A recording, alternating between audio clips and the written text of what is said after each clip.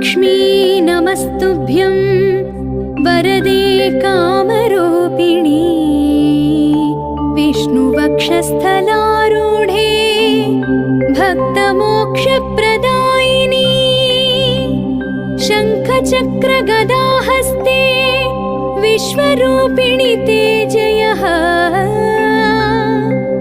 जगन्मात्रे च मोहिन्यै मङ्गलं शुभमङ्गलम्।